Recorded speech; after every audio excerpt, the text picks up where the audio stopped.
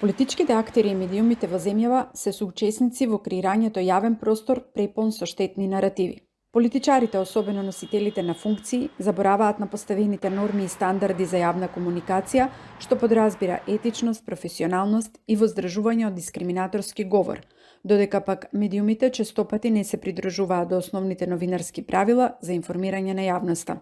Специфично е дека како главен извор на штетни наративи најчесто се јавуваат мал број политички партии, како и дека дел од медиумите со еднострано и некритичко известување помагаат овие токсични наративи да добијат силен одзив во медиумската средина. Ова е еден од заклучоците до кој дојде Институтот за комуникацијски студии преку двете истражувања за мерење на политички штетни наративи. Што покажаа овие истражувања? Штетни наративи се сите пораки и идеи кои што поединци или групи ги наметнуваат во јавноста и притоа имаат штетни ефекти во општеството, а генерално на демократските процеси и на живењето и влијаат штетно на тоа како граѓаните ги носат информираните одлуки во процесот на живење.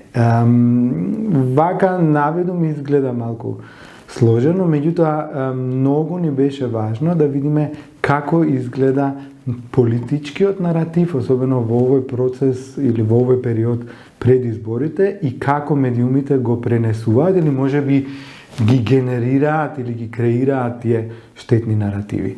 Тоа што сфативме е дека се помалку и помалку се подпираме на истражување и на анализи кои зад себе ќе имаат сериозна методологија, кои што ќе понудат факти, се повеќе и како јавност очекуваме работите да ги примаме или да ги добиваме бинарно, црно-бело, позитивни, негативни, кои се лошите, кои се добрите во приказната, или кои се патриотите, кои не се патриоти, кои се за евроинтеграција, кои не се.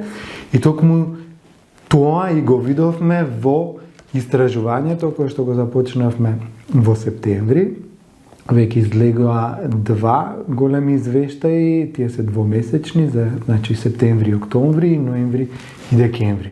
Користењето на штетни наративи дефинитивно е во пораст ако се следи преку она што го објавуваат политичките партии преку нивните веб страници и Facebook профили и како известуваат анализираните 11 онлайн портали и 9 телевизиски станици. За жал, како се приближуваат изборите, гледаме една нагорна линија на креирање на штетни наративи, особено на наративи кои што имаат за цел подкопување на довербата во институциите, дезинформации, напади на личноста или демонизација. Тоа се дел или најфреквентните штетни наративи кои што ги забележуваме заедно со пристрасно селектирање и ги наблюдуваме од аспект на индикаторите кои што ги следиме. Така што гледаме дека во тој политички наратив кој што доминира, тука се најзабележителни начините на изразување со кои што политичките актери без аргументи, без докази се набедуваат или се окривуваат едни со други без на јавноста да ја понудат аргументи или факти за своите тврдења. Се повеќе и повеќе политичкиот наратив изгледа како да се одвива во кафеана, во ресторан, нарекување на политичките противници со погрдни имиња, навредливи имиња, со прекари кои што се направени за да се исмеат, за да се демонизираат, за да се етикетизираат, е еден модерен феномен во политичкиот дискурс и влијае генерално на однесувањето на јавноста, на тоа што јавноста очекува од политичките актери, што очекува да добие од актерите, од политичарите за кои што ќе гласа на изборите и така натаму. Во македонското политички длабоко поларизирано опкружување во кое што медиумската и информацијска писменост не се доволно развиени, штетните наративи сериозно ги подкопуваат демократските процеси.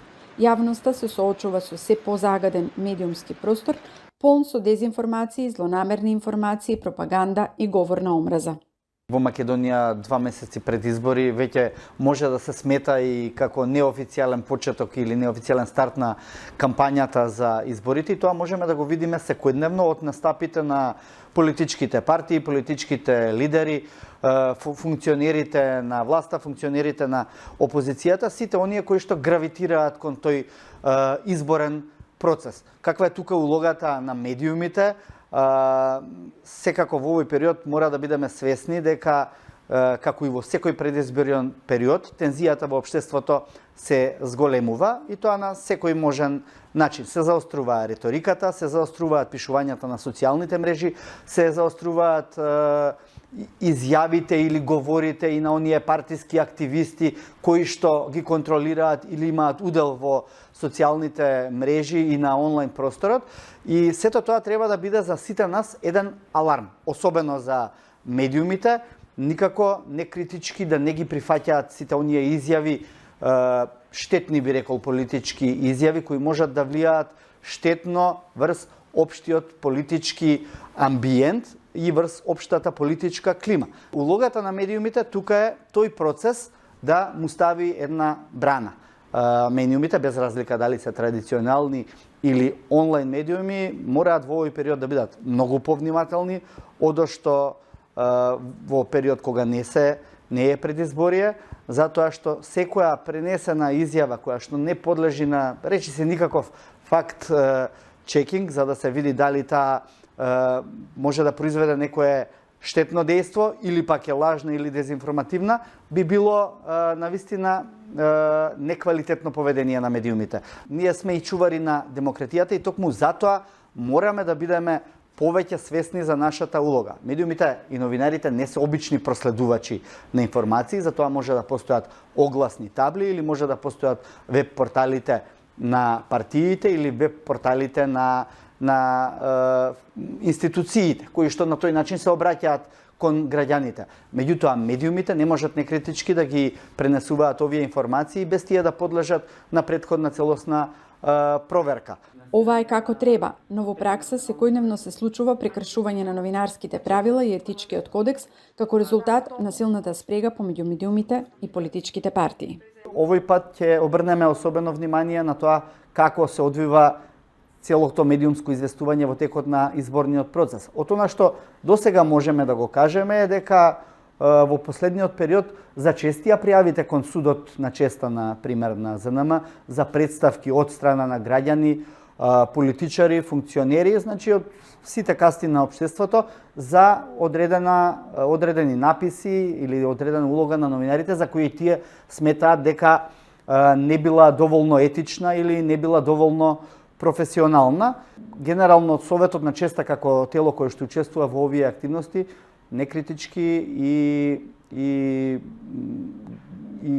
транспарентно ги обсервира работата и на новинарите и на медиумските работници. Оние новинари кои што наменски и системски ги уриваат стандардите и ги уриваат и етичките норми во однесувањето, работејќи за одредени агенди. Најчесто се тоа партиски или бизнис агенди, меѓутоа таквиот наратив на таквите така наречени новинари многу штети на новинарството во целина, бидејќи креира недоверба во целиот новинарска заедница. Тесната врска меѓу политичарите и новинарите ја анализираат и експертите, и тоа во два правци. Доминантно се медиумите и новинарите кои што само ги пренесуваат овие штетни политички наративи или штетни наративи кои што се произведени од политичките актери, меѓутоа има и медиуми кои што ги креираат, односно новинари кои што самите создаваат вакви штетни наративи. И во првиот и во вториот случај зборуваме за прекршување на стандардите на професионалното новинарство. Не само оние кои што ние сме ги прифатиле, меѓутоа тие се, ајде да кажам, генерални, тие се присутни насекаде, се универзални професионални стандарди, каде што новинарот доколку примети говор на омраза, без разлика што не е тој кој што го креира тој говор на омраза или примети дезинформации, примети обвинувања без докази, без аргументи, има начини како да се спротивстави на тој штетен наратив, како да го обележи тој штетен наратив, како да го спречи тој штетен наратив или преку поставување на различни прашања, преку парафразирање, да не дозволи ваквиот штетен наратив да доминира во медиумскиот простор. Предизборието ги зголемува очекувањата за пораст на ваквото непрофесионално однесување, поради што неколку институции потпишаа кодекс за однесување во онлайн просторот во предстојниот предизборен период, со надеж дека ќе има пофер, покултурна и поетичка јавна и политичка комуникација. Подпишавме кодекс за однесување во онлайн сферата во предизборниот период. Тоа го направивме заедно со Агенцијата за аудиовизуални медиумски услуги, Советот за етика во медиумите, МИМ, ИКС, Метаморфозис. Станува збор за кодекс со кој што ќе се регулира или ќе се влијае на еден покултивиран говор во онлайн сферата во текот на предизборието. Кодексот ги опфаќа припадниците на политичките партии кои ќе бидат учесници во изборниот процес, но ги опфаќа и медиумите на кои што се во интернет просторот, вклучително и онлайн медиумите кои што ги имаат традиционалните медиуми. Значи, сите заедно се обврзуваме за култивирање на говорот во онлайн просторот во ек на предизборието, за да не се доведеме во ситуации како што порано се случувало, овој говор да биде еден вид на бојно поле и за партиите, и за партиските активисти, а тој да биде подхрануван од страна на одредени медиуми.